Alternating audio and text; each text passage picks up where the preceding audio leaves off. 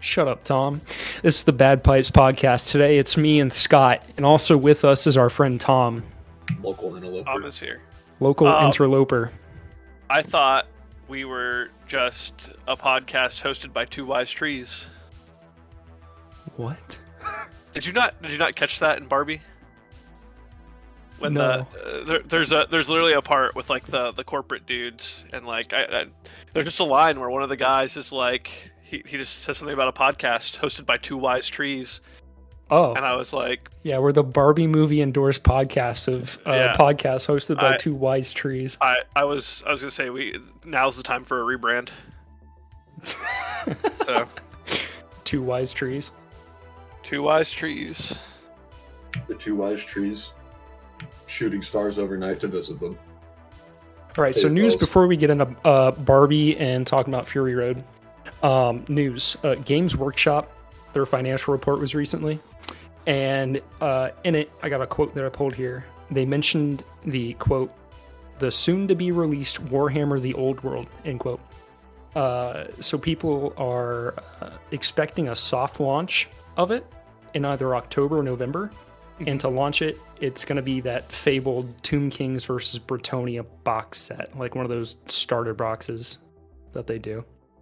And then after that, they're expecting more in January, and they're kind of expecting either Orcs versus Empire or Orcs versus Dwarfs. So that's kind of interesting. If you're not familiar with the old world stuff, most people don't like AOS because the lore is unapproachable. And with the success of things like Total War Warhammer and Vermintide and those sorts of things, I think they thought there was enough space to do an old world version. So this is supposed to be taking place in the lore about 300 years before the end times, which in the lore is whenever Magnus the Pious was repelling the last Chaos incursion. Right. So yeah, that's something. If you like kind of the more classic, like old world models, it should have a lot of those just updated. So it's Fair just enough. it's just updated Warhammer Fantasy? That's basically it. Yeah. I can dig it. Yeah. Yeah, I'm excited to see the models, but with the way GW has been pricing their stuff, I'm like, That was honestly what I was gonna ask. I'm like, yeah, what's the price point? $200 for the starter set? Gee whiz. Gotta buy my own paint? Sweet. yep. I mean, if you're a hobby guy, then you already got the paints. You know what I'm saying? You do. You got the Listen, I go to Hobby Lobby. I don't buy nothing. I'm a Hobby Plus- Lobby window shopper. If you're an Empire guy, you only need 4 paints anyway: black, Absolutely. white, red, and flesh tone. Absolutely. Little bit of purple if you're feeling crazy. You want to get wild? That's my commander. You buy a metallic, and you're like, yeah. Mm-hmm. Otherwise, you just paint their weapons black and then edge highlight them gray. Oh yeah. Dude, they look sick. They look... That's some sick-ass Empire troops, dog. So Thanks. something else that's come out recently is actually some 40k news. They're killing off Firstborn Space Marines. They're dropping all the non-Primaris Space Marine model lines. What they ever Huh. do? What do you think about that? Really? They are being relegated to Legacy, which means that they are not tournament legal. Yeah, oh, that's really interesting. Yeah. This would be like the first time 40K's ever really had something like that, right? Yeah, because even the old, what was the first edition? Rogue Trader models, the Space Marine models from that, you could use as Firstborn Marines because that's what they are. But since they're getting rid of all that and they're going to all Primaris, gone. What is the reasoning? I assume they want people to buy more Primaris models. Cool. And so that the Space Marine Codex only has to be like half as thick. All right, listen, dude. I'm just switching to Star Wars Legions, and you can't stop me. We already been switched over. Whatever, Greg. do you hell no. I saw the. So I saw that Legions was releasing a Clone Wars set, and I'm like, oh goody! All I need is a little bit of white, black, and dude, that's been red out or for yellow. like 2 or 3 years now. Dude, whatever, man.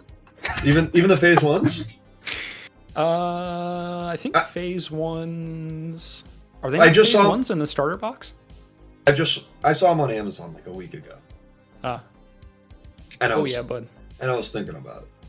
Just because if that was if I was going to invest in a miniatures, it would probably be Star Wars, just because. I mean, brand you, baby. As a guy that owns a bunch now, I mean, they're cool and they're good quality miniatures. They look good and they look good painted too. And as soon as I saw the clones, little 8-year-old me had a little Aspie attack and was like, "You gotta collect them all, different colors." Yeah. And then we actually had a friend that was trying to paint them in the Genndy Tartakovsky Clone Wars color schemes. Oh, that would be sweet. And they look cool when they're painted like that. So yeah, even like tried to be stylized in that way, sort of. Yeah. Well, it used to be that it was like specialist designations got colors, whereas now with the Filoniverse stuff, it's regimental colors. Yep. I remember must have had the shower thought like a week ago on how cool it was that like the colors kind of meant like you were somebody, like you were a gunner maybe or a sniper. Yeah, it was like you're an ARC trooper, so you get like red pauldron, which makes sense whenever things move to the Empire stuff and the higher ranked people have colored pauldrons. Yep. Yeah. Look, sir, droids. He reports to the dude with the pauldrons. Yeah. Or even with shore troopers, the different color markings designate what their rank and specialist is. Yeah. It's like if you're watching Rogue One and you see one of them with like all red, that's a designated sharpshooter. Yeah, definitely whacked that clones got color designation for rank eventually instead of, I don't know, like stars or just any normal army would have an insignia, I guess. Yeah. Or even if you play the earlier Battlefront games, the clones have the, like, depending on which archetype character you're using, they got like the different colors. Like the jump pack troopers for clones had like the green, if I remember right. I think the sharpshooter in there had red. Demolitions experts were that like deep blue, almost purplish. Yeah. And like I kind of preferred that because it made more sense than like once they started to introduce these are how the clones show their individualism, and it's like I like the idea of it, but it ends up it gets weird because that's exactly what the clones weren't about. Like the clones were supposed to be a single sort of entity unit. Yeah. Faceless soldiers. When the soldiers are faceless, they're scary. Yeah, I mean, precursor to the Empire. Yeah, like an overwhelming wall of white, or that steady stomp of the AT-ATs. It's supposed to like have that idea of like oppressive aggression. Yep. I was just about to say, wow, we're about to be oppressed. Exactly. Yeah. That will be fine as long as they don't have giant robot camels. Yeah, I mean, that's all I really got for news, though, until we get into budget and box office for Barbenheimer. So, did you guys have anything else you want to bring up there? No. All right. I don't think I really had any news or anything. So, I saw Barbie. I also Scott saw Barbie. saw Barbie. I'm waiting to double feature Tom, them. Do you have any questions about Barbie? How much did you laugh at it?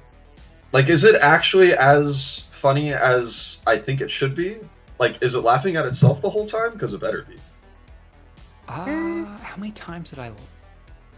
Or like just a smile? Yeah, you got quite a few you smiles. Could probably count on one hand. Really? Yeah, and most of it was Ryan Gosling. I can believe that. I can definitely believe that. Because like, I can't think of too many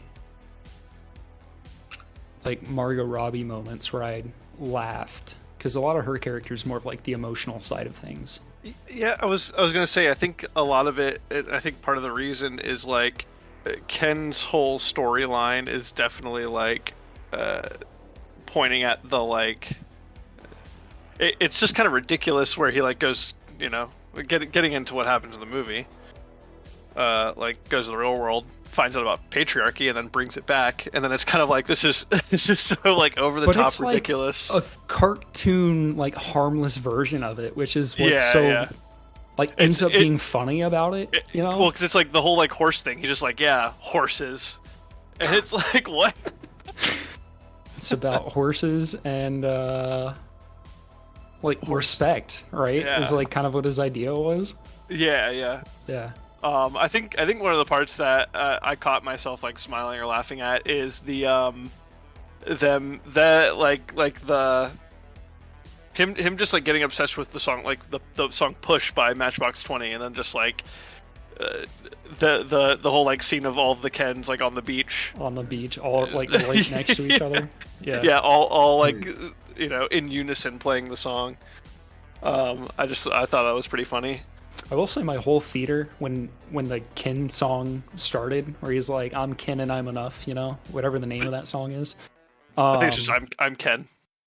Yeah, and he's like shirtless on the bed with his like forehead on his hand, like the thinker, Mm-hmm. The theater definitely liked that moment the most. Really? As far as like most like outward expression, Mhm. I also that whole song, that whole number was like the highlight of the movie, in my opinion. I 100% agree. That was my absolute favorite part. That is the part where I sat there and I went, Ryan Gosling is so fucking talented. For real. I like just watching that entire number, like his singing, like the choreography. I was like, damn. Well, have you seen La La Land? I haven't, no. Yeah, He's- I've seen it. He's really good in La La Land as well. A lot of dancing, a lot of singing. Yeah, That's a no, sort I've heard it's a good movie. Mm-hmm. it is good. It's a little depressing. I had no clue it was a Musical. A music. yeah, because it is. It is, but it isn't. But it is. Mhm. There's layers to this onion. But Yeah. I had no clue it was a musical, and I actually, The I actually first convinced my commercial. friend and his wife to like join me at the movies and watch it. I'm like, yeah, they say La La Land's supposed to be good. And then it opens up with the song, and I'm like, oh yeah, this is fine. And then like 10 minutes in, another song, and then 2 minutes, another song. I'm like, uh-oh. I look over at my friend, he looks at me like, I'm so sorry. But it was a great musical. It is. I mean, it won a shit ton of awards. Oh yeah. I turned over a leaf really quick as soon as I realized Ryan Gosling's character was super jazz focused. I'm like, oh, okay, I can get this. Yeah. Yeah. Also, No, like, the movie makes, I want to say, homage to a lot of like cinema, like talking about Barbie again. Homage to a lot of cinema that came before it. Like the whole opening of the movie is a reference to 2001: A Space Odyssey. Yeah, I remember that. That was pretty good. They bring up like The Godfather at one point, but they kind of do an underhanded sort of thing with that. Yeah. I don't know. Like, Scott, out of 10, what do you think you would rate the movie? Decimals allowed? Out of 10? So, I had a good time with it. It's still maybe a 7. Like somewhere between like. See, I did really enjoy it, but at the same time, like I'm not putting it up there like near like my all-time favorite movies or anything. Yeah. But no, I thought it was solid. It just at the same time. At the same time, like I see what it was trying to do. Like I know where they were going with it and like the message and everything. My thing is like they're giving this like message of empowerment and all of that. And I still couldn't get past feeling like it was very much still a corporate cash grab. Oh fuck yeah! Like, Welcome to the Mattelverse. exactly. I'm just like, yeah, Oh this is god, still. we can get to that later. Dude, the Hot Wheels movie is gonna be awesome. You kidding? The J.J. Abrams Hot Wheels movie? Oh, dude. I don't think I'm even looking Lens flare forward off to the another rear movie for the views. rest of my life. This is like where Marvel was like quite a few years ago. Mattel's coming in. Mattel's coming in hot. The Mattel Cinematic Universe. I'm here for it. I will completely sell out for a toy line. Well, apparently Mattel only got interested in making movies because they were like, look, you can make shitty Transformers movies and they will always make money. So, like, we can do that with our toys, right? Oh, we need our Michael Bay. Well, and I'm just like, yeah, we're just gonna have like an Avengers level movie where it's like a Barbie, Hot Wheels, whatever else crossover. What else is under Mattel? I don't even know. I was gonna say, who knows anymore? Uno. Oh hell yeah! Magic 8 Ball. All right, They got like 14 movie ideas. Oh wait, do they have Masters of the Universe? Okay. They don't have Masters of the Universe, do they? It's under films produced by them. Oh no. I have the power. God, hasn't He-Man been shat on enough lately? No. Yeah, it is. Masters of the Universe is owned by Mattel. Hell yeah. Oh boy. We're gonna have like a He-Man Barbie crossover. Zac Efron as He-Man, or Prince Adam, I should say. Yes, and then you're gonna have Ken and He-Man. They're gonna be cutting up out there, you know. Seth Rogen voices his cat. His cat talks. They fucking would too, and it would be Seth Rogen just to piss me off. Yeah. Oh, they have Polly Pocket too. Oh, that'd be a great movie. Who owns Cabbage Patch? So, immediately leaving the theater, I texted a couple friends of ours because I was like, "Have y'all seen this yet?" And they were like, "Nah." And leaving the theater, I was like, "The parts I really liked, and the parts I really hated, I really hated." What were some of the parts you hated? Let me just gloss over what I liked first. Ryan Gosling, everything to do with Ken, I thought was solid. Did y'all hear that bark? Anyway, like, I just feel like the scenes that were good were the ones that had Ryan Gosling in them. And if Ryan Gosling wasn't in the scene, it suffered for it. Bring me back to Ryan. I think that this is probably obvious, but like my first issue with the movie is all the politics. Like, it's steeped in it. It almost makes it impossible to like critique the movie without being called some sort of ist. Scott, I have a question for you. What'd you think of the Asian Barbie?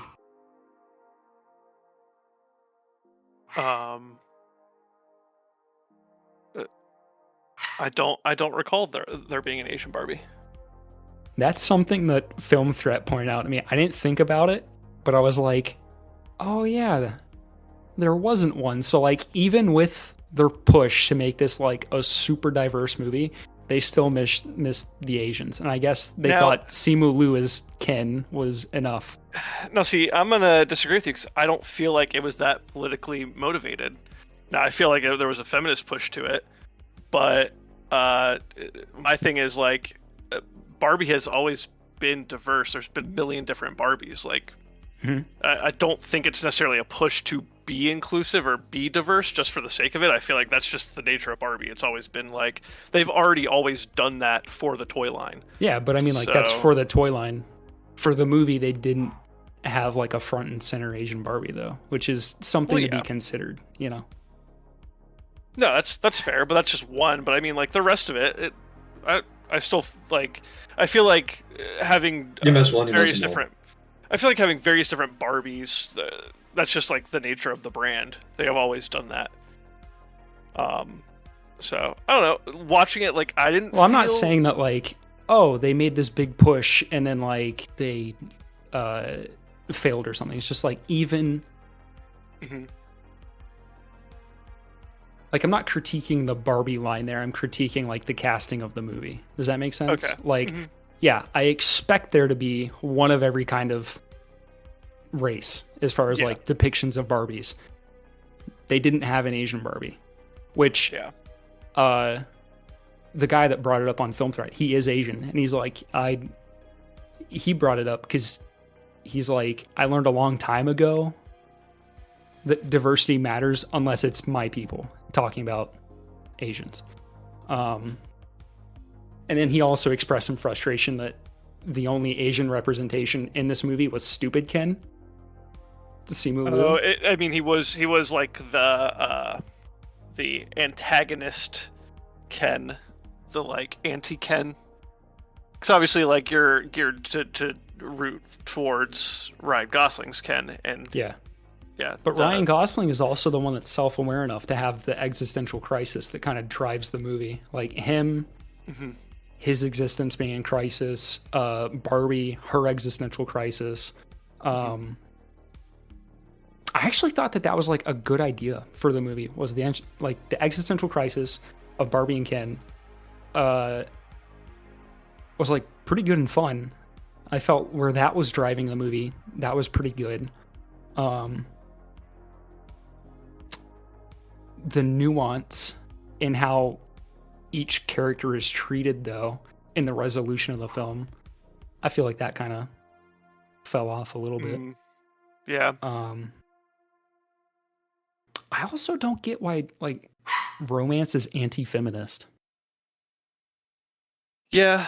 The dynamic between Barbie and Ken was interesting. I guess I kind of get where they're trying to go with it.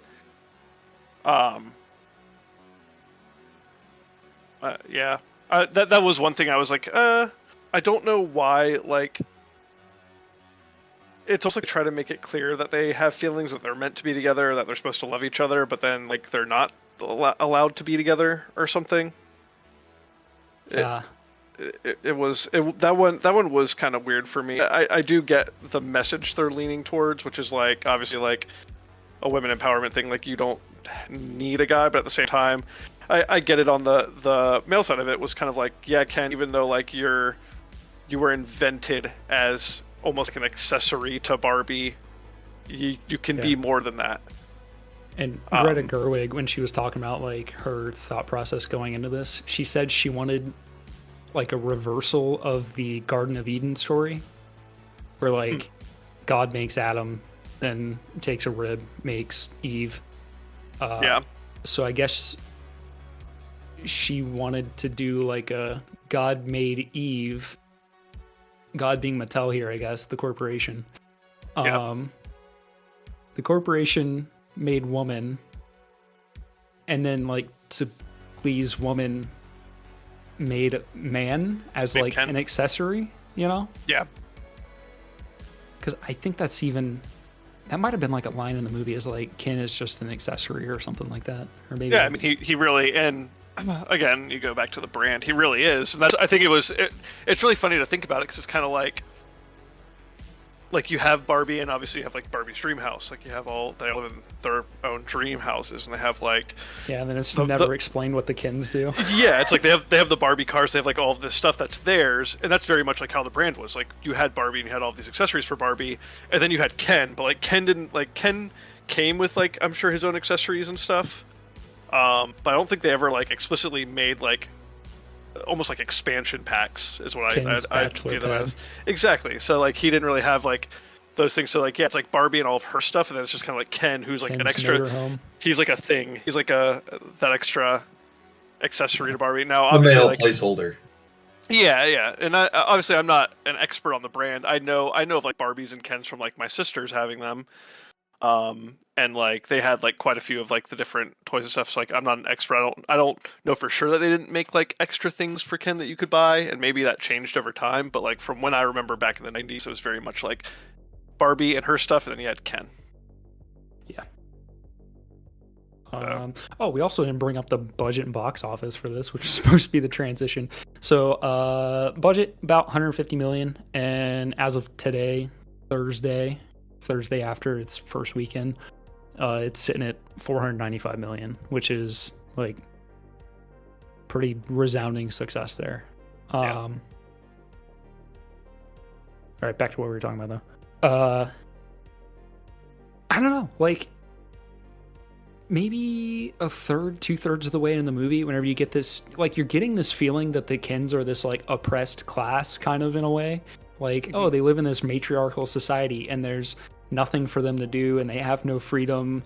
I started to think like, oh, are they gonna like kind of subvert expectations here and do like the Kens need a feminist type movement? And they did, but then it's resolved in like honestly, I just think it's resolved in like a terrible way.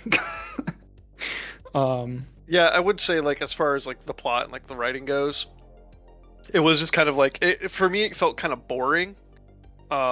Just being like, when it was story, it was good though, right? But then like the rhetoric is just a brick. Yeah. Yeah. Because about like for the final act of the movie, it's the whole plot crisis is resolved with the human woman in Barbie Land, essentially just like monologuing for monologuing to each Barbie individually. 5 minutes. That was kind of like it just felt like a boring resolution to everything. I also thought it was a little weird that it was like, oh, to get power back, you have to manipulate men. With like the beach where they're like trying to make all the Kens jealous and that whole fight thing each was other. Just like, oh, we need to manipulate them to cause infighting so that we can essentially steal the power back. Yeah, and like the resolution in the end isn't equality. Yeah. It's so it was like a weird message, because then you're like, okay, well, if you apply that lesson to the real world, isn't that kind of saying? Yeah, I think more so they were using it as a mirror to like current society of like women are still trying to come up, obviously like gain seats of power within politics and whatnot, which is kind of I think where they made that jab of like the Kens got one seat within politics, like a senatorship or something. No, they said they might give them one judge in a lower circuit court. That's what it was, yes. One judge in a lower circuit court. And then I think the voiceover mentioned like, oh, and then they like eventually, because they do mention they're like eventually Kens will work their way up to like full equality or like whatever. I think it was slyly mentioned by the voiceover person. That like they would work their way up. So I think that's what they were using it as, of like, oh, a mirror of the way that women have been oppressed by society and continue to work their way up. So, but yeah, that was like I just feel like all the political aspect of it was like muddled and at times hypocritical, I guess. Yeah, because like if the desire is equality and then your resolution says no, get back in your place, then when you apply that to the real world, it's like, oh no, don't give women equality, put them back in their place. That's what it felt like it was saying. Yeah, I can feel that where they're kind of again trying to mirror society. Well, if you think society is so terrible, why are you trying to mirror it in a way? Yeah, I don't know. And again, it was I caught myself many times watching it, kind of being like, I'm watching this. I get the message you're trying to spread, but I just can't get past the fact that like this is definitely just like the whole purpose of this is to grab money. Like these like the actors and actresses, like they're just getting paid an obscene amount of money to be in this movie, and like the company's trying to make profits as much as they can. So like, yeah. Which kind of brings me to the other side of this. I mean, I've already heard the grumblings of the internet being like,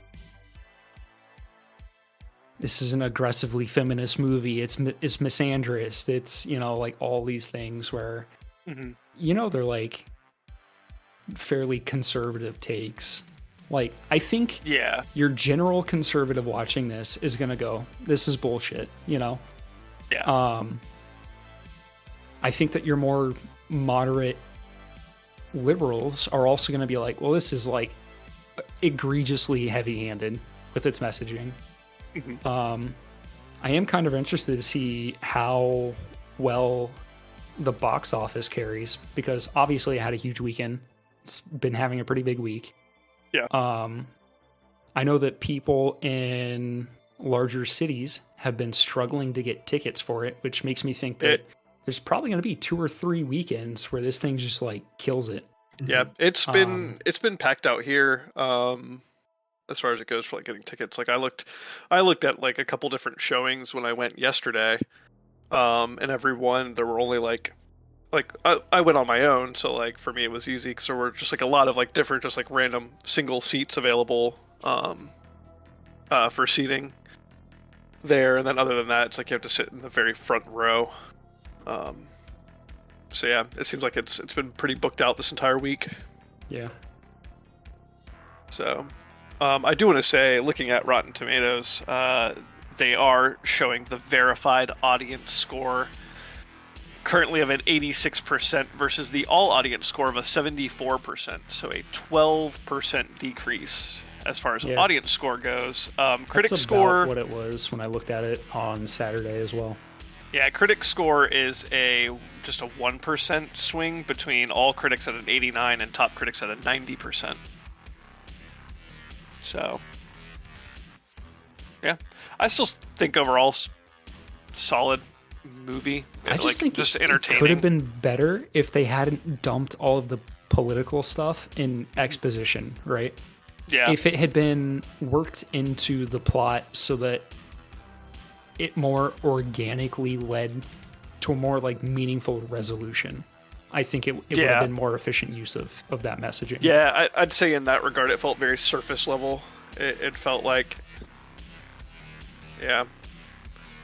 I mean, and I'm straight up, Ken's version of the patriarchy just looked fucking awesome. That was just guys and horses. And then in the movie, when his patriarchy's going on, Mattel's like, holy shit, we're selling the fuck out of these things. Talking about the Ken's Mojo Dojo Casa House or whatever.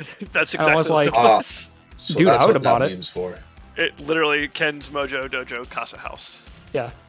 He basically takes a Barbie dream house, puts like the saloon style doors on the front, and then puts like a super big screen TV in there, and then there's just the constant video of like horses running playing. Yeah. He's also got like fucking like the foosball tables and shit all around. Yeah.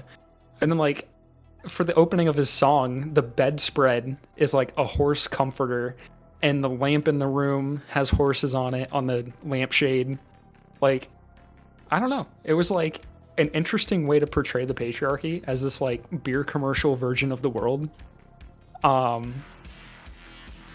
That was actually relatively harmless. Yeah. Like in the real world, you get people doing like more like not okay things, you know, like the one dude running up and like slapping her butt or whatever.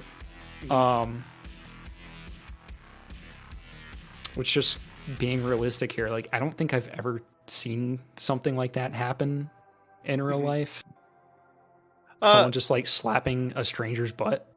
Yeah, I've seen it a few times, and like where? It usually doesn't. Usually, I've seen it like being out, or like going to shows or festivals or anything. Obviously, I was gonna say like maybe festivals where people are like drunk or on drugs. You know? Yeah, you get just some or you just get literally dumbass guys. Because I've seen it out at bars and stuff, and it usually ends badly for the guy. Especially like I've had it done to friends before, and like we'll be out in a group, and me and any other guys are just immediately at the throat of whoever, like the aggressor. Yeah. Like, and like no that's one's... kind of what I would expect, right? Is like some sort of policing of that behavior by individuals around, right? Which is what typically happens, right?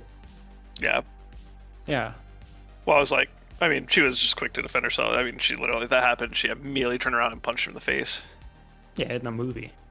Yeah.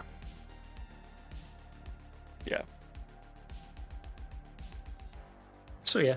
I don't know. Tom, after hearing all that, you got any questions or thoughts about what you've heard?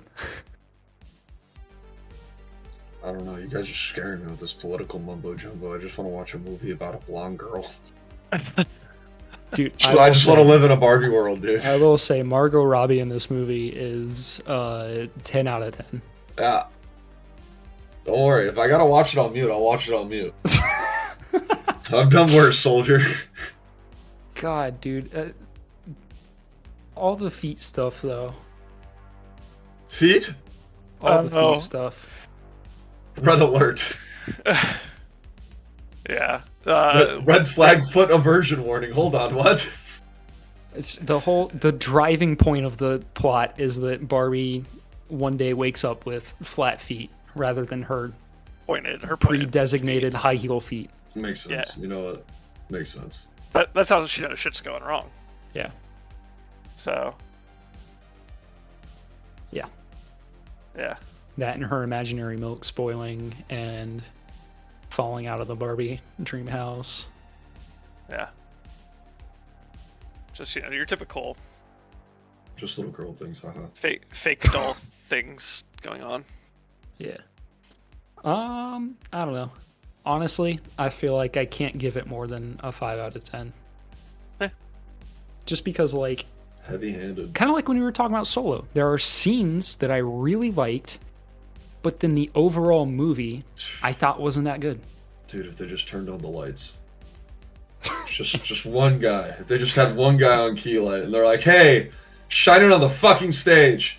What? Just goddamn. Yeah. I love that critique. Whenever someone says I like Solo, but it's just too damn dark, I can go on that tangent for years. Yeah. No, I think I gave Barbie my rating because I went into it as just hey, this is literally a face value entertainment movie. But it's made by someone that calls themselves an artist. So dude, I'm turning off all fucking critical thinking in my brain when I watch this movie. That's 100% what I did. So, I can't. Yeah. That's in all good conscience. I cannot do that. My brain is always the scalpel. Yeah, I went into it just being someone who has like done acting and stuff like that, like not at a high level, obviously, but you're kind of like watching these things. You're looking at like, well, how's the script put together? How do these things affect each other for the overall product? And like, there are certain choices that really, really work in this movie. Like every time it's whimsical, it's really fun. Like even, I mean, you can pretty much draw a direct line of comparison between this and Elf, right? Because it's like people living in a fantasy world and then they take a weird journey to the real world. And then in the real world, in Elf, you get all these like fish out of water type things, which they're trying to do in Barbie. Damn, yeah, actually, that is a very similar comparison. Yeah, and then you've got Will Ferrell. The bridge between the two. The bridge between the two. Holy shit. And my really issue comes in is like Will Ferrell in Elf, when he gets to real world, meets his dad, who's like real businessman, right? And then it's like the two of them meeting in the middle to like have a father-son relationship, which lends the movie this like heartwarming message. Whereas in this, Barbie gets to the real world and all the, business guys are like cartoon versions of business guys. Like there's a Scooby-Doo chase scene. Yeah. They don't know how to get through the turnstile to leave the building. Like they're a cartoon depiction of men, right? Yeah. So I almost feel like like there's just two different tones in the movie that do not mesh. Mm-hmm. And the whimsical side of it is really, really good. And the non-whimsical side of it is dragging it down. I feel like it could have been this like heartwarming, uplifting for women story. And the fact that it's that to a degree is good, but I think it could have been better. Yeah. Yeah, I don't know. I did hear a lot about like just women going and seeing it and just being like, wow, shit really kind of sucks. like it's more so a reminder of like how shitty things can be for them, rather than like like you said, a heartwarming, uplifting story or something in that regard. Yeah. I'd like to hear what a lot of ladies think about it, because I really don't think I've heard any opinions from anyone I know. Yeah, my girlfriend's going to see it actually right now. She got an 8:30 showing, so she is. I know heading huge to the theater right now. Scotland. I just have not been able to get their opinions, but yeah, there were no rants and raves. Yeah, no, I'm going to discuss it. I'm going to discuss it with her when she gets done with it tonight, and see her take on it. Yeah, and like I posted a few reviews in that general chat. The last one's a pro take. The one before that is Eric Kane, who writes for Forbes. The one before that is an actually pretty interesting video, because the title of it is How Mattel Rewrote Toy History to Put Barbie on Top. And it's from a YouTube channel named MJ Tanner, Tanner. And it just kind of talked about doll history and how there's actually a lot of... Like, this movie kind of pushes the narrative that Barbie was the first women's, like, fashion doll, right? Yeah. And that by depicting her in all these different jobs, that it told women that they could do whatever they want. What they didn't mention, and they get into this in this video, is that Barbie was actually based on a German toy brand. They had a fashion doll, which if you look at the early version of Barbie, it is a direct rip of this Lily doll. And Lily was shown as a corporate office girl, and like she's working in a office. And there were I think there was a live action movie, there was comics, there was all sorts of stuff for this Lily doll. And when they finally found out about Barbie, they tried to sue them because they had straight up ripped their product from them. And Mattel at this point was like a multi-million-dollar corporation and just absolutely flounced them in court. Big bank, take a little bank.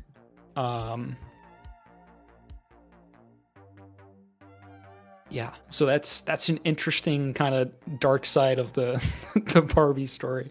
But there were other like fashion dolls in America, which were actually, they did some interesting marketing stuff with them. Like they'd use them for marketing other products. And like instead of having like a woman as a model in an advertisement, they'd have one of these fashion dolls as the model in the advertisement, so that you're like marketing a couple different products at the same time. It was actually pretty interesting. So yeah, I recommend that. Film Threat, I think me and Film Threat were definitely, I think they had some different complaints about it than I did, but both of us kind of came around to the same side there. That said, my girlfriend Shelby, she really liked it.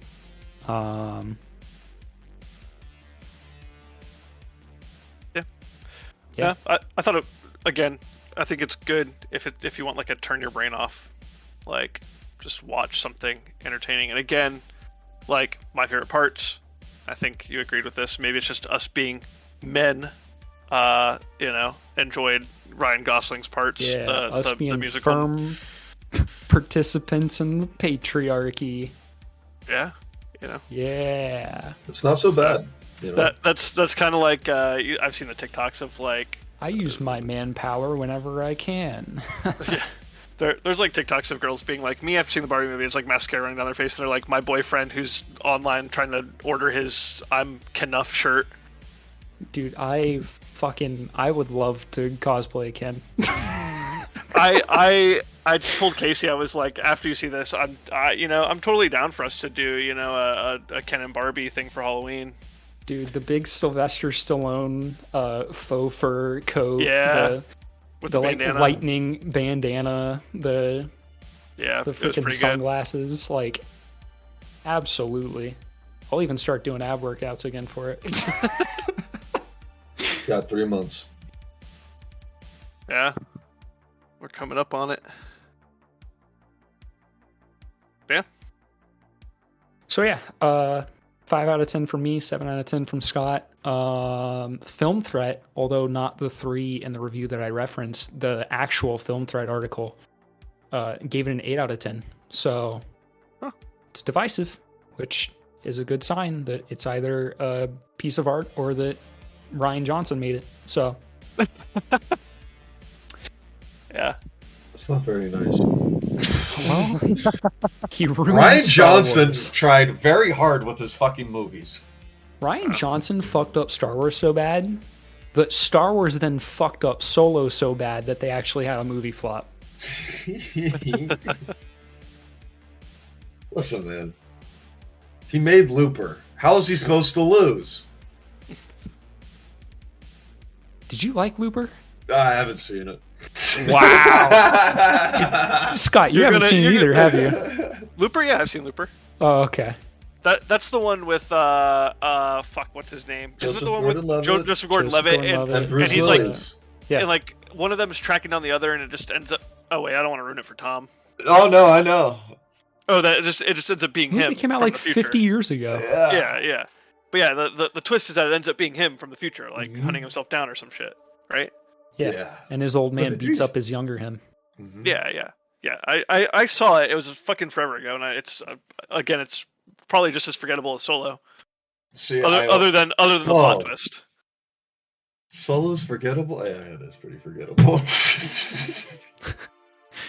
Yeah. Just because you mentioned it like right before we started, Tom, what are your thoughts on Solo besides it's too dark and forgettable? I really liked it. I really, really liked the movie. Oh my god. Like, it might be my favorite thing after Disney acquisition. I don't give a fuck. Do you think it's a better movie than Rogue One? So I have a lot of opinions that are rooted in a lot of staunch bias. I'm dying on the hill. Rogue One is blasphemous. Rogue One literally started the evil ancient The downfall. satanic ritual that is what we have now, for sure. When you have the audacity not to start your Star Wars titled movie without the stupid yellow letters floating in space called My Crawl, you're sacrilegious. You're already pissing on sacred ground. Is that better than the stupid little bits of lines that come out before Solo? It is a lawless time. The criminal underground fights over hyperfuel. Listen, by the time Solo came out, I was checked out. I was merely there to be a butt in the seat to say like I did it. I was really excited. I was really excited when the was it the Russo brothers? Who are the Lego movie guys? This is in my notes. 1 second. Phil Lord and Christopher Miller. Yes. When they were starting the Solo movie, I'm like, I think if they had finished the movie, it would have been a good movie. I thought at least it won't be taking itself too seriously. It's about damn time we have ourselves a fun little adventure with our favorite smuggler and his dog co-pilot. And guess what? Childish Gambino gets to try his best to be Lando. Sweet. Awesome. Like, oh man. How is it gonna miss? How is it gonna fail? Up, but his accent is all over the place in that movie. Did. So that was the thing. Everyone loved oh god. Is it Donald Glover? Yep, Donald Glover. Okay, Don Glover. I was like, who's Lethal Weapon? Who's Lethal Weapon and who's Atlanta? Which is why I usually just call him Childish Gambino. I usually call him Childish Gambino, and I call the other Glover just Lethal Weapon. Because if you don't know who Mel Gibson is, that's on you. Who's Mel Gibson? Dude, who's Melly Gibbs? And how did he get such a name? Do you know what I found out? Andrew, I found out today Mel Gibson is Mad Max, right? No, he made Jesus. Well, That thing in there? That's not the goose. But no, he's Mad Max, right? Yeah. Tom, of all the lines to pick from that movie, why that line? That's my favorite line in the whole movie. Oh man. Because I watched it just the other day, and I just kept thinking to myself, the Chief would make the perfect live action Full Metal Alchemist. What's his name? The big dude with the golden mustache. Oh, Armstrong? Armstrong, yes. Yeah. Was it Lieutenant Armstrong or something like that? He looks exactly like him. Yeah. God, dude. And for like every part of that movie where he's like, I think he's like shaving or watering his plants at one point, and he's got like his shirt off, but he still has his like police leather pants on. I'm just like, that's him. That's Lieutenant Armstrong. That's so funny. No shirt on, full flex. Just like man's man of a man. Also, Scott, you haven't seen Mad Max yet, right? Not the originals. No, I haven't. All right. Very tonally different from Fury Road. Oh, yeah. I'm excited. I've heard good things. Well, yeah. Well, you just have to go into the first one knowing that it's a very different movie from the later ones. Absolutely. The same guy who recommended I watch the originals at work also recommended me 2 other movies. Future World. Okay. I don't know if you've watched that. I've heard of it, but I haven't watched it. Apparently, James he said it's not super great, but he said kind of enjoyable. James Franco, a very similar kind of aesthetic or vibe to Mad Max in a way. Bronson's amazing. You haven't seen Bronson? I watched Bronson with a pinch sciatica, and I went insane with him, dude. I was writhing on the floor asking God why he was doing this to me while Bronson is yelling, "Come on, you fucking cunt!" at the security guard to put the shoe polish on him. Is this after he's lubed himself up with the butter? Mm-hmm. Oh, man. So, dude, the scene where he lubes himself up with butter and then takes on like 6 dudes is the funniest part of that movie. Because I was like, I was not expecting full dong in this movie. Full dong. Tom Hardy. Just fucking hanging. Damn. Tom Hardy, butt-ass naked, lubing himself up with butter to beat up like 6 a whole hog dudes. out there. God damn. Mm-hmm. Yeah. I'm pretty sure there's like... So they can't get his hands on him. Never gonna catch me. There's like a from behind, like the camera shot that is I'm almost positive they get him on the gooch too. I'm pretty sure they like pull him by the dick. Yeah. To be like, stop fucking fighting. Because I don't know if you know this or not, but like Bronson was a real dude who was like fucking Charlie insane. Bronson's the man. Yeah. Yeah. So that was recommended to me. So that's on my list too. I'm sorry. I'm pretty sure he goes by a different name. I'm pretty sure.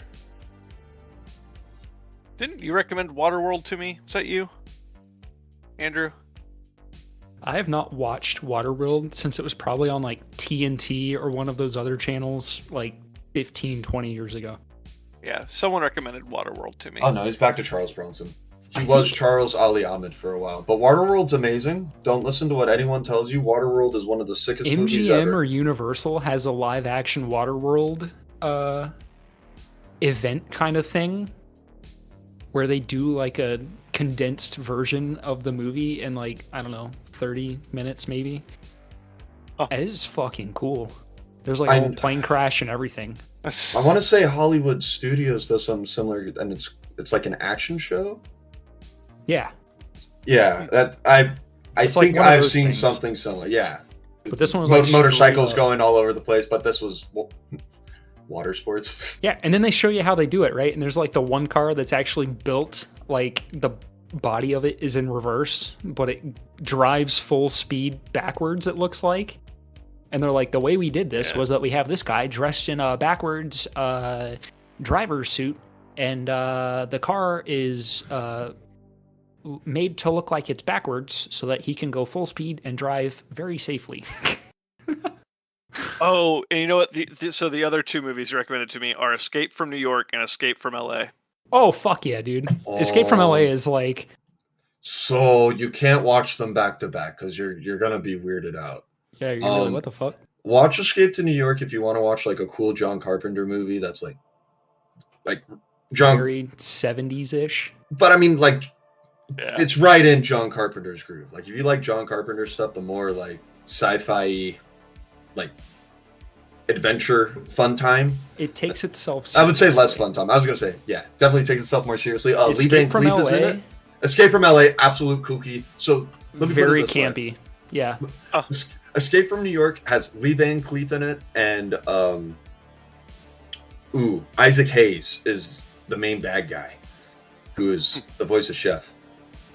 But it takes itself very seriously, and this is how I'm going to parallel it. Escape from LA has Steve Buscemi, and she is Kurt Russell's taxi driver. Bruce Campbell, okay, who's playing like a mad plastic surgeon. Mm-hmm. Yeah, Bruce Campbell is in it. I'd watch anything with Bruce Campbell. I even watched the all three Spider-Mans? No, it was like Bubba and Elvis versus the Dead or something. What the fuck is that movie called? Someone and Dale versus Evil? Rick and Dale versus Evil?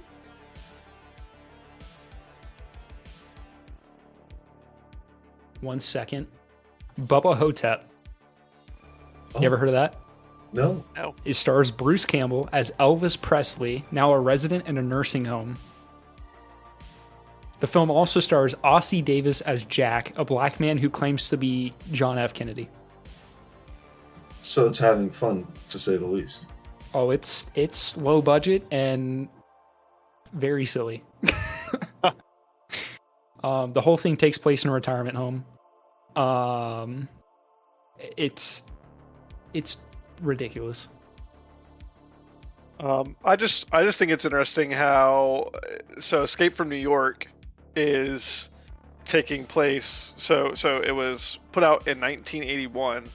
Yeah. Taking place in 1997 New York City, and then literally Escape from LA is released 1996, like right around that same time that they were projecting this movie to. When Escape from LA is put out. Yeah. Oh yeah. Is that on purpose? Is there a reason for this? Listen, John Carpenter knows how to have fun. God damn it! I'm the so guy just excited knows to how watch to write this now. checks, dude. I mean, have you not seen Big Trouble in Little China? No. Holy Big fuck, Trouble, dude! We're Big gonna Trouble have in to Little watch China. through like all the freaking John Carpenter movies now. We're doing the John Carpenter discography. Here we go.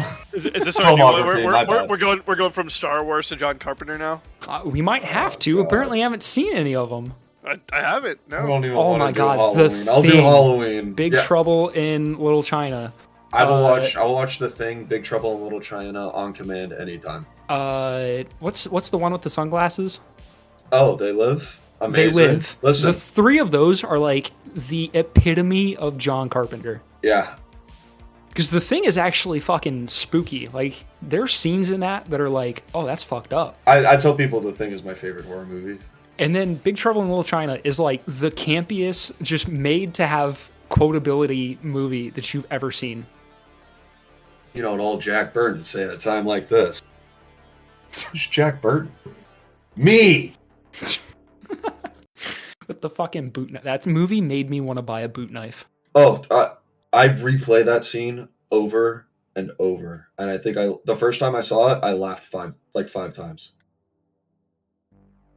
It's hilarious, though. Also, a movie that features a heavily Asian cast. Well, you'd like to think so. Learn something, Greta Gerwig. No, Big Trouble in Little China actually had a predominantly white cast. That would be funny. Just white people playing Asian people. Well, that would be racist. Or at the very least, in poor taste. I mean, it's been done before. Raiders of the Lost Ark. They sure did, didn't they? Yeah, some of those Nepalese goons were white guys. What's Spielberg supposed to do?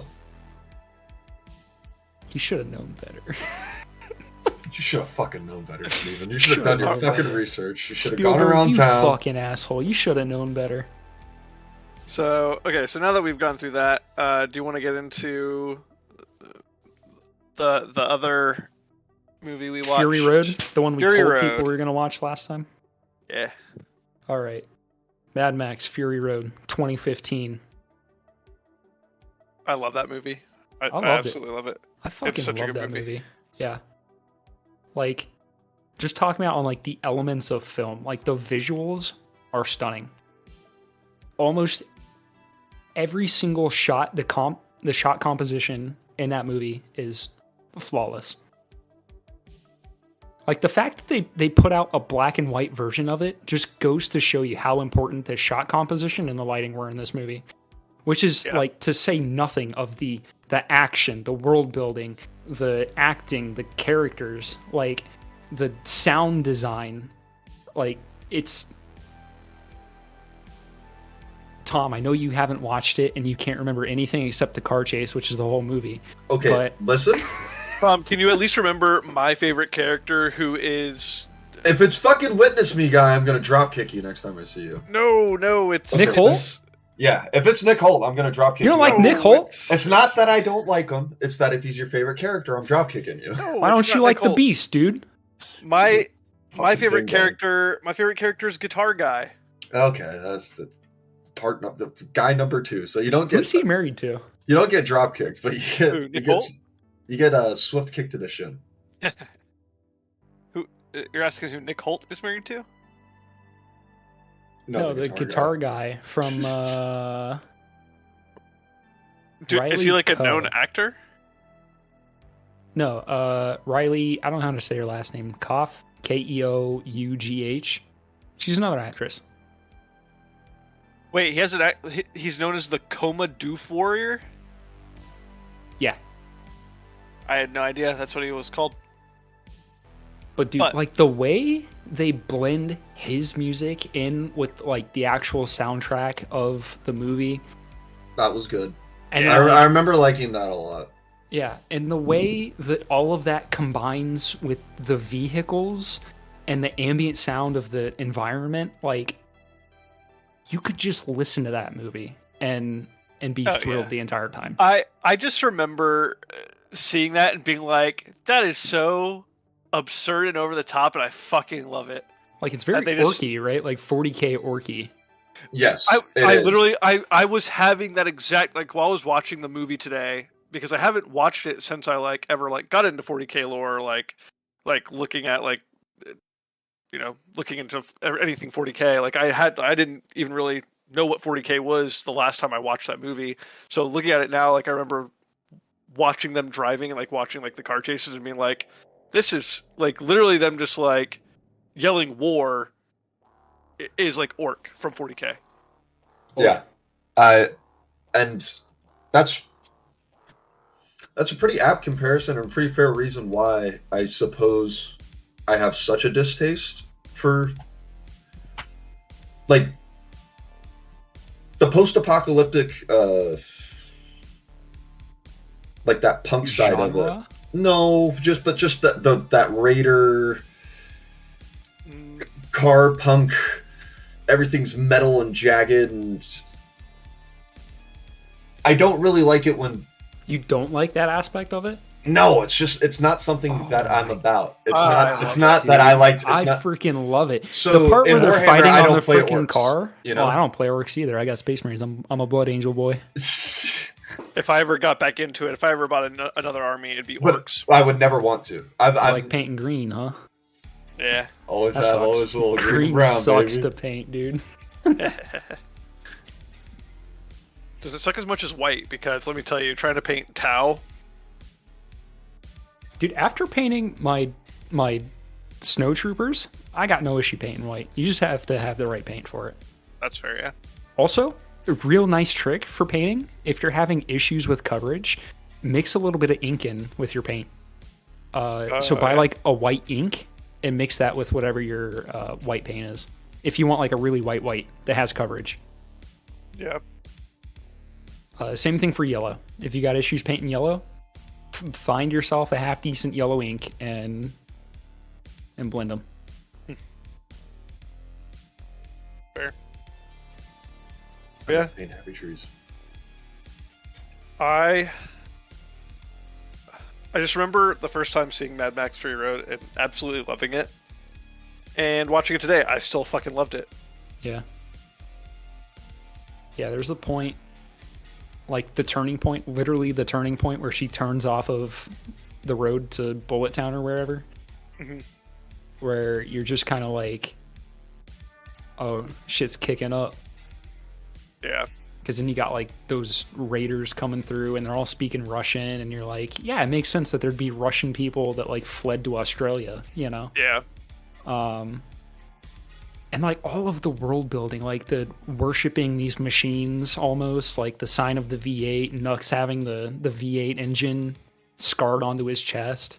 Yeah. Like the war boys, these like Half-Life war boys, these guys that have nothing to live for, but are, you know, like capable combatants until they die. And actually it's better to go down in a way that you can sort of choose. Well, and I love how they intertwine like the like Norse ideologies into it, of like going to Valhalla and you know, dying an honorable warrior's death on the field of battle, and like I even like the like chants when they're like setting up the war rig, the like war boys. God, man. Oh yeah. It appeals to my Mojo Dojo Casa house. The Mojo Dojo Casa house in me. The chants, the symbol of the V8 with the fingers interlaced. The picking your war wheel off of the like shrine. Like all of that is just like so fucking cool to me. Yeah.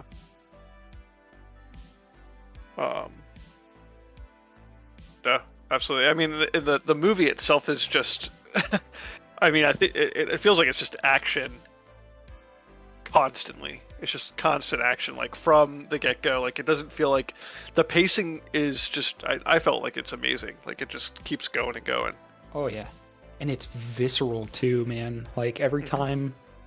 Like the combat happens, you get those like hearty explosions, or even when Max and Furiosa are going at it for the first time, and she's like swinging that wrench overhead at him and like beating the car door.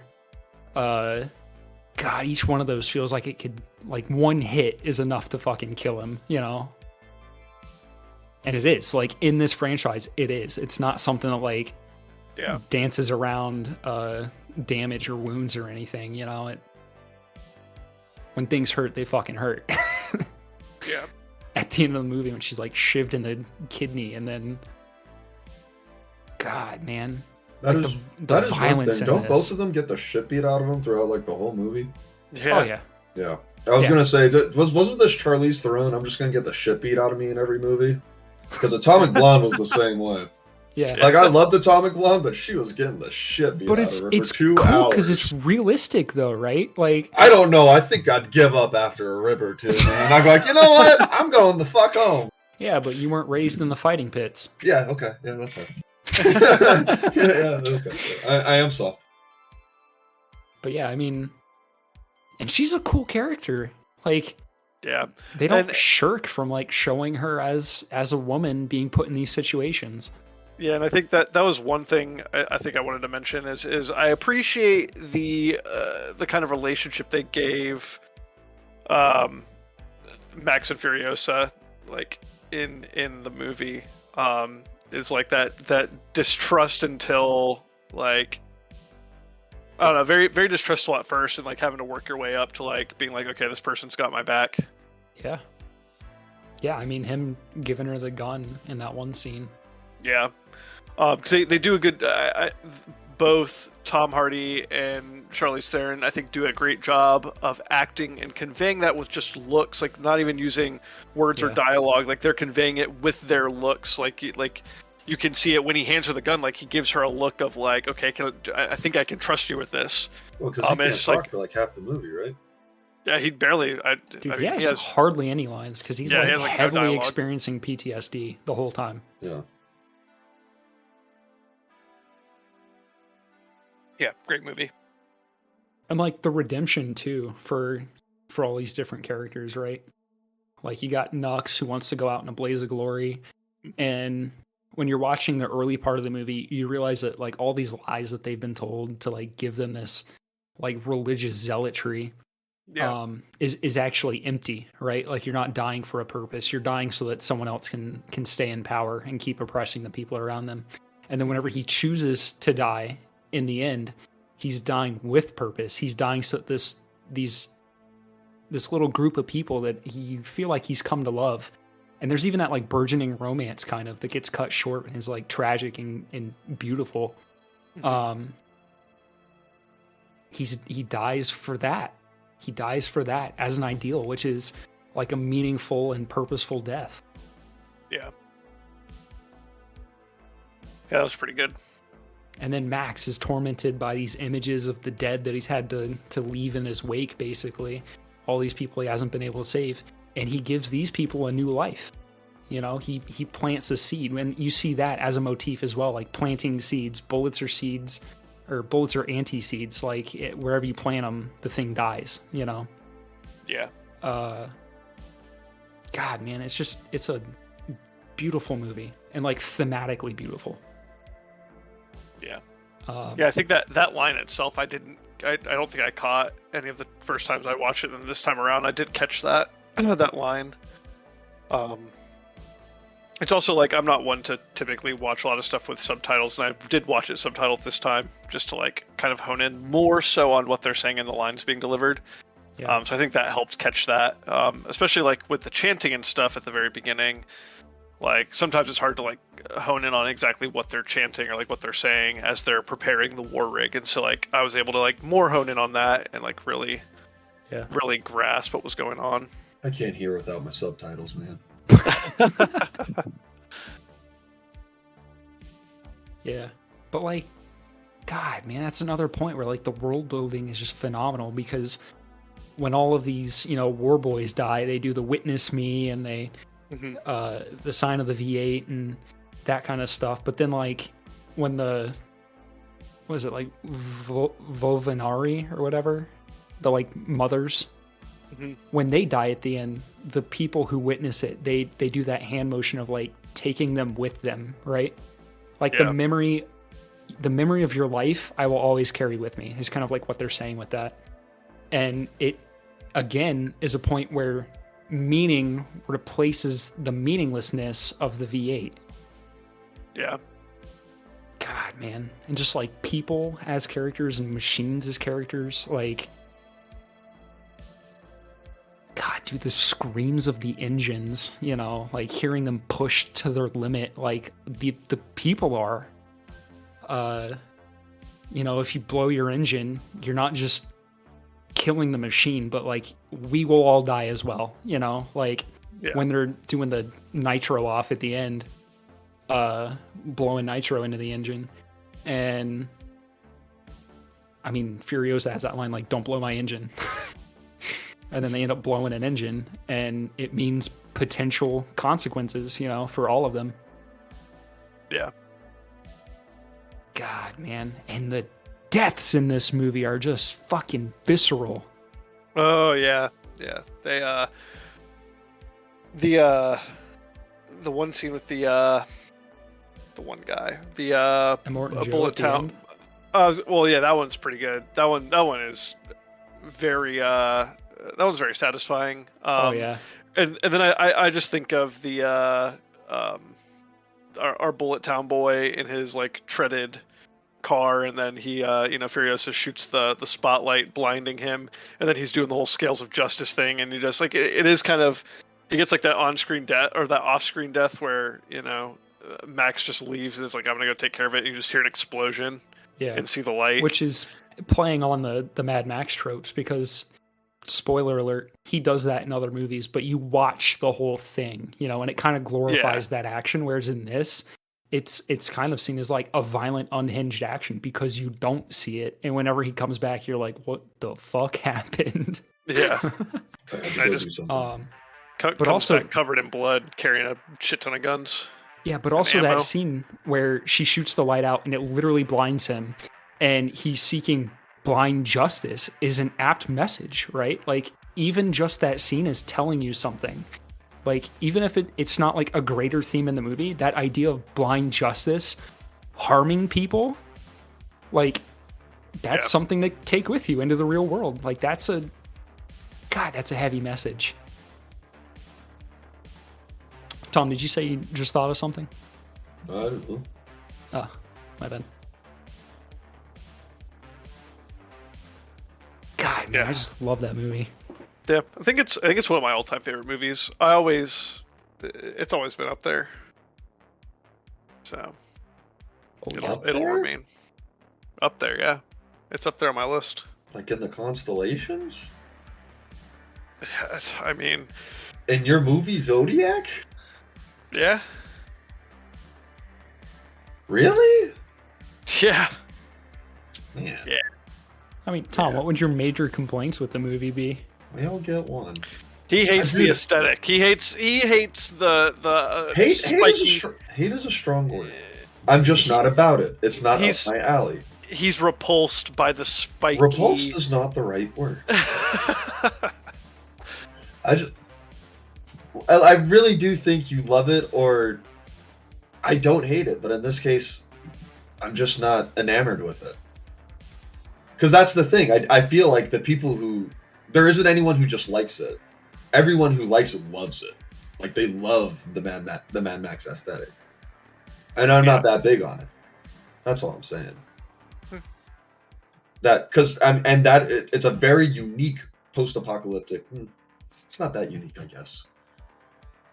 I mean, a lot it's of ways, defining. It's definitely defining. I was going to say Mad Max is definitely defining of the post-apocalyptic era, especially cars and gasoline and like the shortage of all that. Did they kind of start that? Did Mad Max kind of start that whole? Yeah. Yes. The very next movie, Road Warrior, or not very next movie, after Mad Max, Road Warrior is like entirely about gasoline. The road. Yeah. About motors. I will say the first Mad Max definitely. It's like a drama, dude. Like, you really have to watch it. Like, you want to get to know Max a lot. Then and that's the whole point of the story. Because then when Road Warrior happens, you're like, oh man, what happened to you, Max? Well, I mean, and then Thunderdome's just great. Thunderdome Mad is Max literally sets up Road Warrior really well, though. So here's the thing: the original Mad Max trilogy is almost so much like Star Wars, because Mad Max sets us up perfectly for Road Warrior, and then we just cap it all off with some Ewoks and Thunderdome and have a good time. Thunderdome gets silly. Thunderdome is such a Return of the Jedi; it's not even funny. Like, Road Warrior is the Empire, but the original Mad Max is just so goddamn watchable. You could watch Mad Max 1 and be fine, just as you could watch A New Hope and be fine. Yeah. But if you double feature Mad Max into Road Warrior, you're going to have a good time. Yeah. All right, that's the plan. I'm going to do it. Because, like, Mad Max is a very contemplative movie. Like, it's throwing some pretty big ideas at you, and it does subvert the idea of a hero. Because, I mean, spoiler alert, the name of the movie is Mad Max. Like, what makes Max go mad?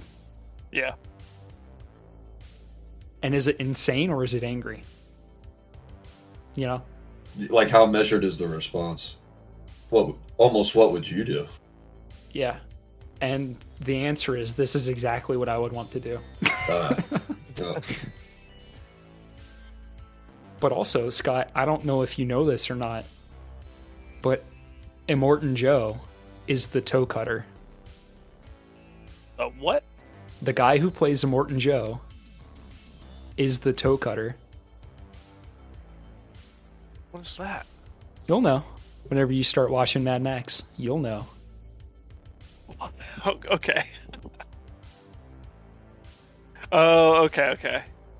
So like he was in like the originals. He was in the first one, yeah. Okay, I got it. Yeah, I'm trying to look up where to stream it right now. I watched it on Tubi for free. Tubi, bet. Oh yeah, it just say like it's there with ads. Yeah, and the ads weren't I'm egregious old. either. So That's why I saw. Like I watched Fury Road off Crackle, and it had ads, and it's just like you'd sit through like one or two like short like 20-second ads yeah. every now and then. So I didn't look up what the budget or the box office was for Fury Road. I know they're both pretty good though. Mad Max. I had 2 different dates. I don't know if it was like released somewhere else earlier and then came to the USA later. It was made on a budget of $350,000. Damn. And it netted $8.75 million. And the crazy thing is, when you see we're all, what do you say? $300,000 basically, 375. $350,000. Where you see where it all went, you're like, God damn, they made a movie with this. Mad Max Fury Road had a budget of $150 million.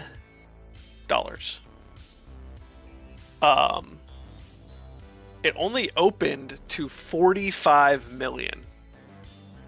Like Yeah, opening but it got weekend. good word of mouth, so I think it carried for a while. 374 million is where it ended worldwide.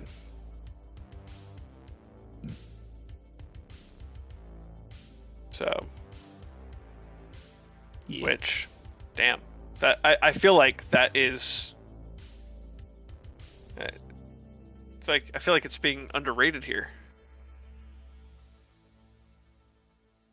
I feel like it is too, because Wikipedia is saying it got 415 million. Maybe that's like sales after theater. No, it's saying box office 415.2 million. That's interesting. I mean, either way, that's enough to be a success. So, Yeah. Success. I mean, it made more than double. the all-female its clan is budget. the Vuvalini, by the way. Vuvalini. Vuvalini. Enough. Huh. But yeah, Mad Max, $350,000, got 875 million. Road Warrior was made on 4.5 million Australian and pulled 36 million US. And then Beyond Thunderdome was 10 million, pulled 36 million. So, and then he was going to make another one after Thunderdome, but of like his best friend or like a very good friend of his died while they were shooting it, and he just like ceased production basically. George Miller, who has done all of this. Yeah. Damn. Well, I know they've already wrapped filming on Furiosa, and it's supposed to come out May of next year. Yeah, and it's got Anya Taylor-Joy as her, right? Yep. Anya Taylor-Joy will be playing Furiosa, and then also Chris Hemsworth will be in it. What are these doing? Yeah, they don't have like his role listed. They don't have who he's playing. I So, no imagine idea. he'll probably be the villain, Potentially, yeah. because there's got to be a villain, right? Yeah, and I can't remember who else they had for it. Let's see. Tom Burke is going to be in it. Which one's a Burka? Tom Liam Benedict Burke. He looks like he'd be the villain.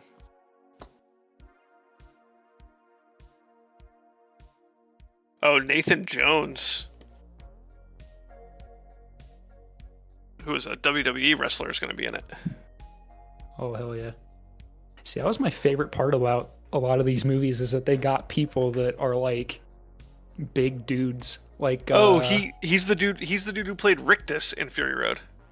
Yeah. He's going to be in Furiosa. Yeah, I mean he's probably playing the same character, right? I don't know. I don't think they have it listed either. I mean, he'd have to be because eventually she's got to come into the employ of Immortan Joe. Yeah, true. And they can't show him because I think he died. He did, yeah. They have the dude who played the organic mechanic, the doctor guy in Fury Road. He's returning in his same role. Mechanic, hook up my blog bag. Yeah. Man. Yeah. I am excited for that because it's still George Miller shooting it, right? It is, yeah. And then Nathan Jones is returning as Rictus. So, but yeah, both Chris Hemsworth and Tom Burke, they do not have listed as who their roles will be. I had a beautiful baby brother, and he was perfect in every way. Yes. The classic God, man, Rictus line. They make the what'd you call him? The something mechanic? The organic mechanic? Yeah. They make him so gross. He's like hacking a rope in, and he's got like drool coming out of his freaking mouth down into his beard. Oh, gross.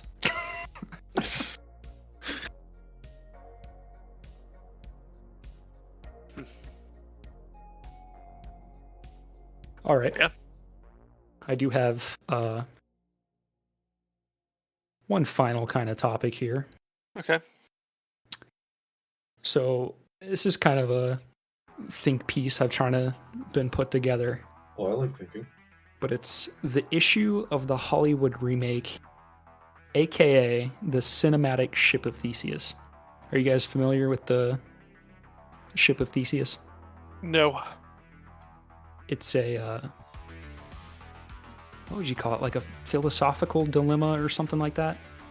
Okay. So the idea is basically if you have the Ship of Theseus, right, which was the ship that Theseus, the Greek hero, sailed on, but over time the pieces on it rot. So like the decking goes bad, so you replace the decking, or the gunnels go bad, so you replace the gunnels. The sail gets a tear. It's the concept of replacing all of the components on like an object. Is it the same object? Yeah. At what point? Yeah. Is it the same object, or at what point is it no longer the same object?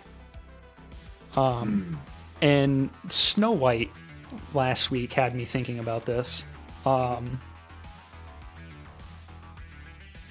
Like, at what point are you no longer telling the same story, right? When you change how the character looks, when you change how the character acts, when you change the choices the characters make, when you change the character's motivations, like, at what point is it no longer the same story? Yeah.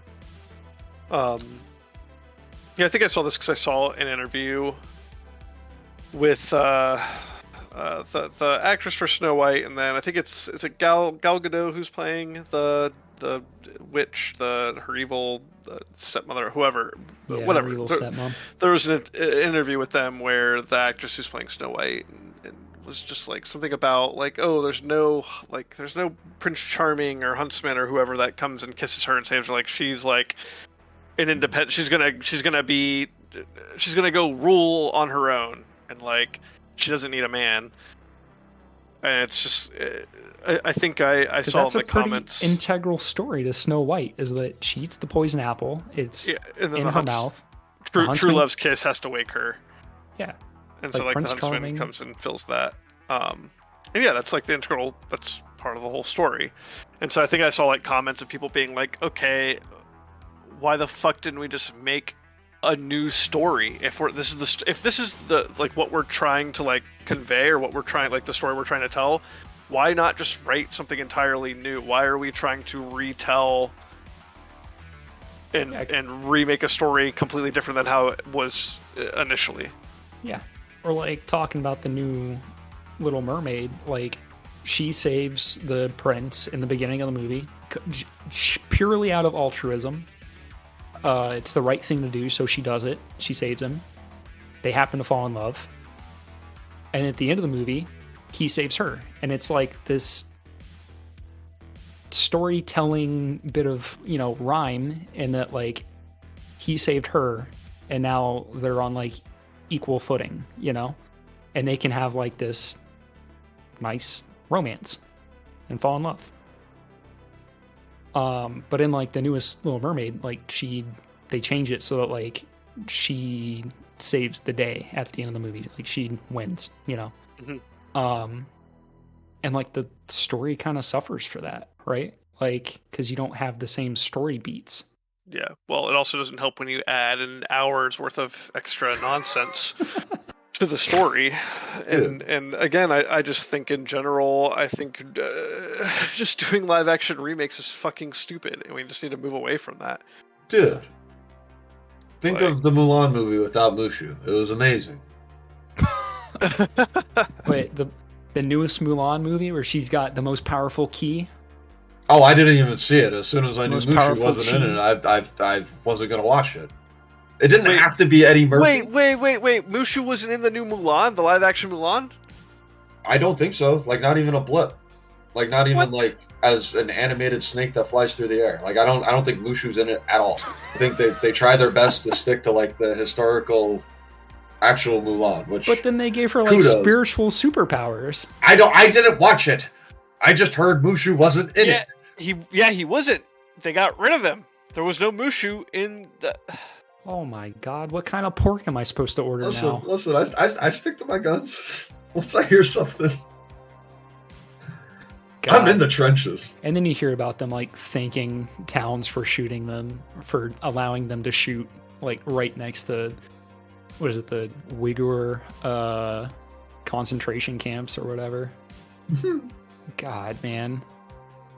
The things Disney does to get a few Chinese dollars. She, thank you.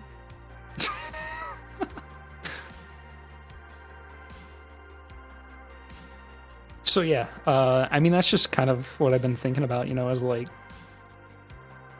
we're changing these stories that have only lasted as long as they have because they kind of speak to the human condition, right? Like, most people want to fall in love and start a family and live out their days peacefully, right? And that's, you take these characters that have like a dark or tragic backstory and you just want them to have a happy ending. And Disney did really good at giving them that, because whenever you look at the original like fables and folklore and stuff like that, most of the time they aren't. They're dark. They're like, hey, do what your parents tell you or the fucking witch is going to eat you. Also, your stepmom's evil, but that's a different issue. Yeah, we'll solve that one later. Being adopted's hard. Being adopted is hard.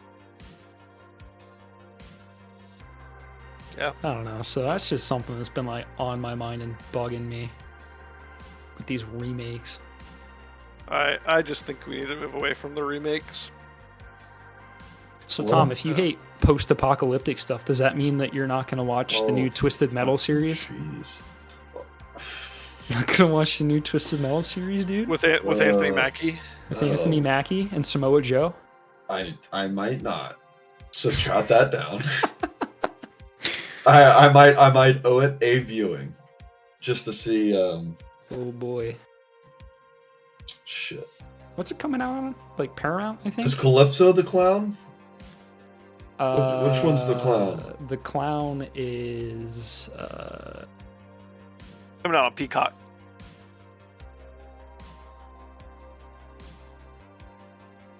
Needles Kane, often referred to as Sweet Tooth. Sweet Tooth, yeah. Sweet Tooth. Yeah, he's the John Wayne Gacy stand-in. Oh, Will Arnett's voicing him? Will Arnett is voicing him. Perfect. I do like whenever Will Arnett voices the kind of like gravelly, low kind of characters.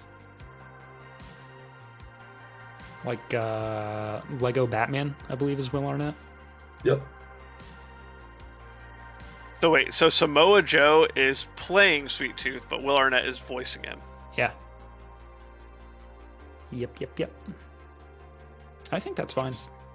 Yeah. I actually watched an interview recently where they were talking about. That's out. That came out today. It started coming out today. Yeah, it aired today. Oh shit! I'm gonna watch the first episode for next week. All episodes came out today. They've got all 10 episodes. Here we go. Shit. Next week. Twisted Metal. All 10 episodes or else. Fucking. Let me write that down. Twisted Metal. Is that, or are we doing Twisted Metal? Are we just doing the first episode, or are we doing as X amount? I'll watch like 5 episodes. 5 episodes. Okay, so we're gonna do half the season. Well, even if they're 30 and 1 hour, doesn't really matter to me, I guess. But if they're 30 minutes, we could probably do all 10. How long are they? I don't know. It doesn't have a runtime on here. All right, so if they're hour-long episodes, we'll watch half of it.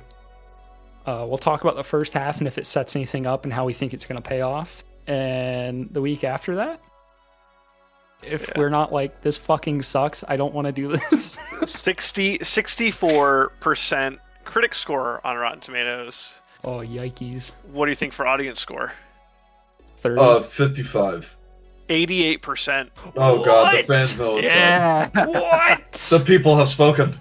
Oh no. The Sony stands. Yeah. This is for all my days on PlayStation. Granted, very few. There's only 50 plus ratings right now. But 88%. 28 critic reviews at a 64%. I'm honestly surprised there's that many critic reviews already. Yeah. I bet IMDb says how long each episode is. Probably, yeah. Yeah, I couldn't find it on here. Oh no, IMDb has a 7.3 out of 10.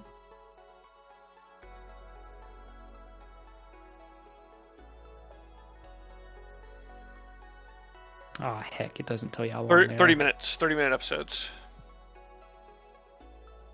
So Can't believe they dumped all 10 episodes in one day. Yeah, 10 episodes, 30 minutes each. Hey, they know what we want. They know we want a binge. Well, you know why they do that, right? No. It's to pump the streaming hours. Fair. So everyone who wants to watch it typically will binge it. And so they'll be like, oh, in its opening week, it got like 3 million views or whatever. Peaking. You know? Yeah.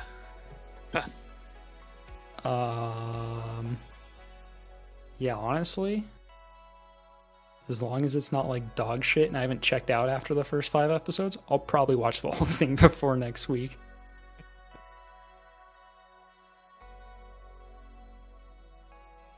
I was also thinking about watching that newest Transformers because I think it's out on Paramount. What? Watching what? The new Transformers movies, Rise of the Beasts or whatever. Ew. Do you like Transformers? Do either one of you like Transformers? Nope. I hate Transformers. But do you hate them because of the movies, or did you ever watch any of the shows growing up? I didn't. Okay. I did not. But I don't like the movies. Okay. Tom, what about you? I really liked the 2007 Transformers movie. I was 12. It's not my fault. Well, I think the first one wasn't bad. It was like a good introduction to the world of it. Yeah, it was cool, and I kind of knew a little bit about Transformers. I think I was had my finger on the pulse when the War for Cybertron was just coming out, like of the newer animated series, because I remember there being action figures. Mm-hmm. And there was like a giant Cybertron action figure of like the whole planet. I'm pretty sure. Pretty sure it could like fire a gun or something. I don't know. Like that's all I knew. And then I watched the 2000 Transformers. Ooh, and the Space Shuttle Transformer. When the Space Shuttle Transformer came out, I thought that was cool. Yeah, he's from the original series. I didn't know that. Yeah. And Motorcycle Transformer, the purple one. Don't know who that is. But I had that action figure. No, he might be the one in this new movie. My biggest gripe about the new one is that it's Pete Davidson voicing one of the main characters. Oh, yeah. Optimus Prime?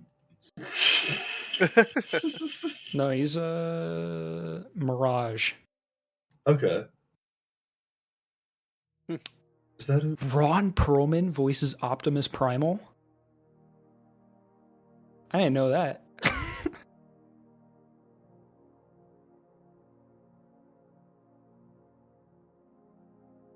Do you guys know who that is?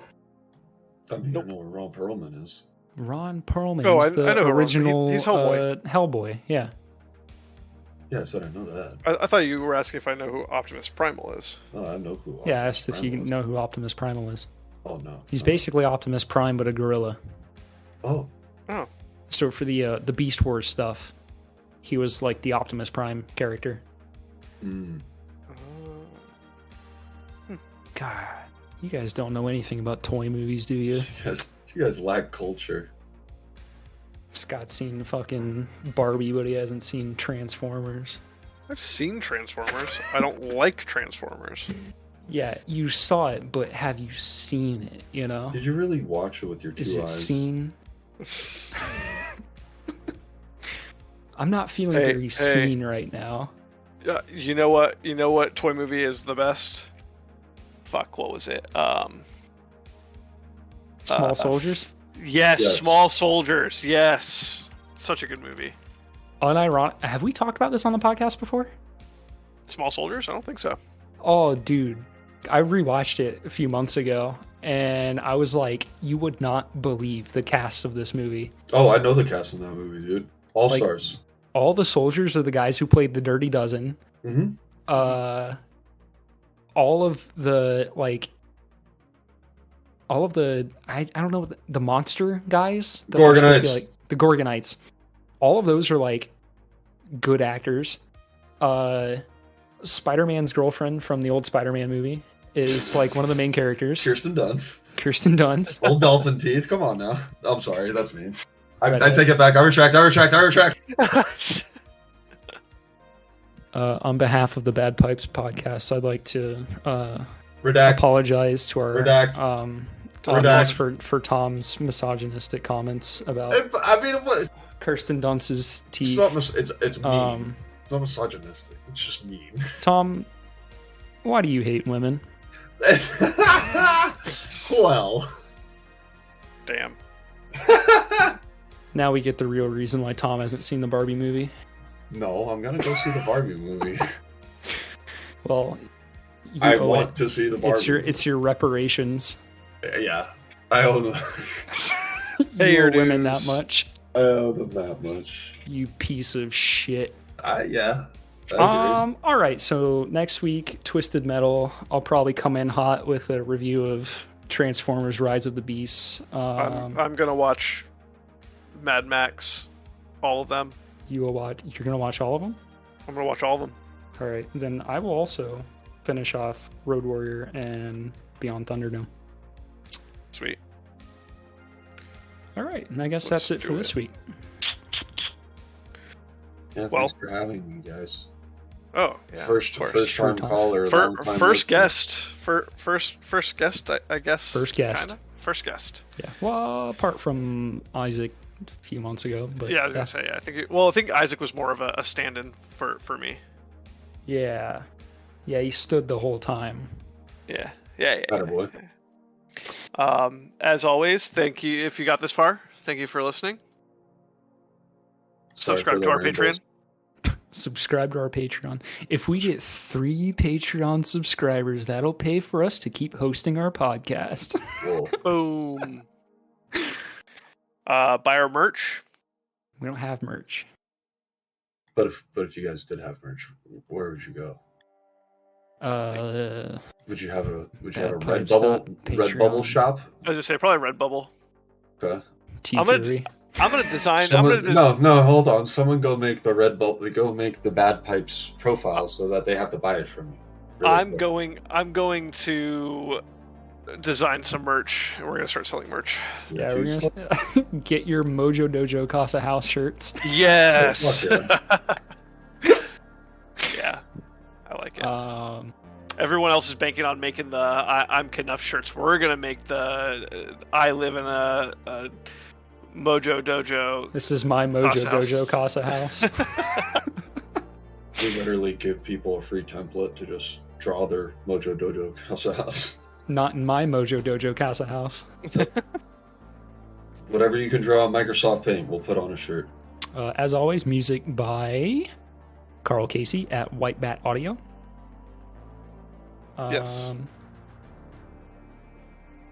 We would like to reaffirm that we all respect women.